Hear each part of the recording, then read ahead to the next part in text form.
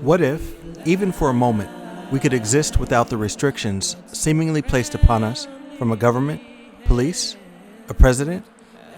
Law enforcement is so imperative right now, universal law that is, to align with our function and purposeful existence, exemplified and reflected in what is self-evident. Nature holds the pattern, mirroring the blueprint for our design. Freedom within a closed environment or mindset is slavery. True freedom is boundless by definition. You determine the when, but the destination is inevitable.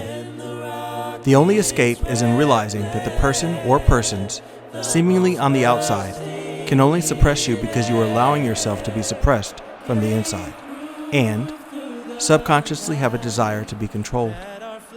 Control has many forms. Perhaps you may see it as easier, or helpful even, but more commonly, comfortably uncomfortable.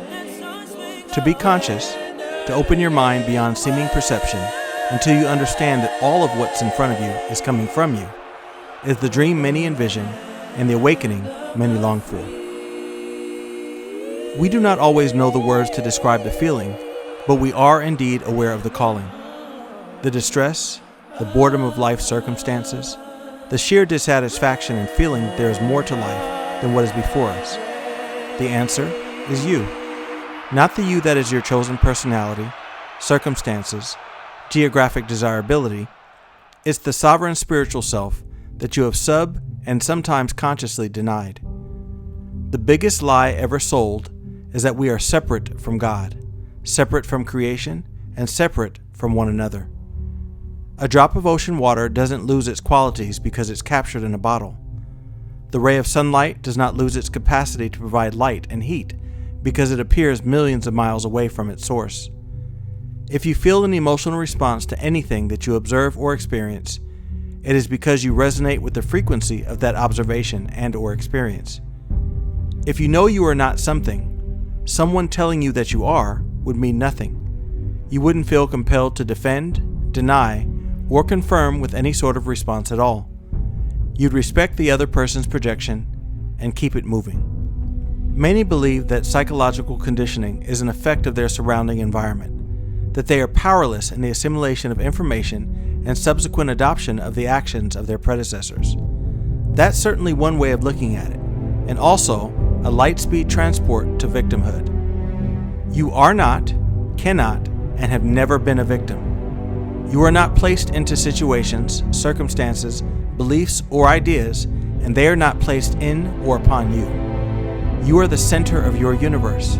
Anything that comes into your orbit has been invited, and anything that remains has been welcomed to stay. Many believe that there is some vow of unwavering fidelity that is owed to the pain, the heartache, fear, depression, worry, doubt, and lack of the past. It doesn't have to be some messy divorce you part ways from characteristics, qualities, and former associations. You can have a conscious uncoupling, a forgiving farewell to the times when you knew different. Now is the time to act. Trust yourself. If you can hear this, you are not as asleep as you may believe. Undivided from the whole, that is what you are. That is what he is. That is what she is. That is what I am and they are. It seems easy to judge ourselves and compare our actions to others. I would never harm another human being, an animal, a plant, unless, given the right set of circumstances, we are capable of anything. Yet, when we place a value on the results alone and separate ourselves from the potential of capability, the hierarchy begins.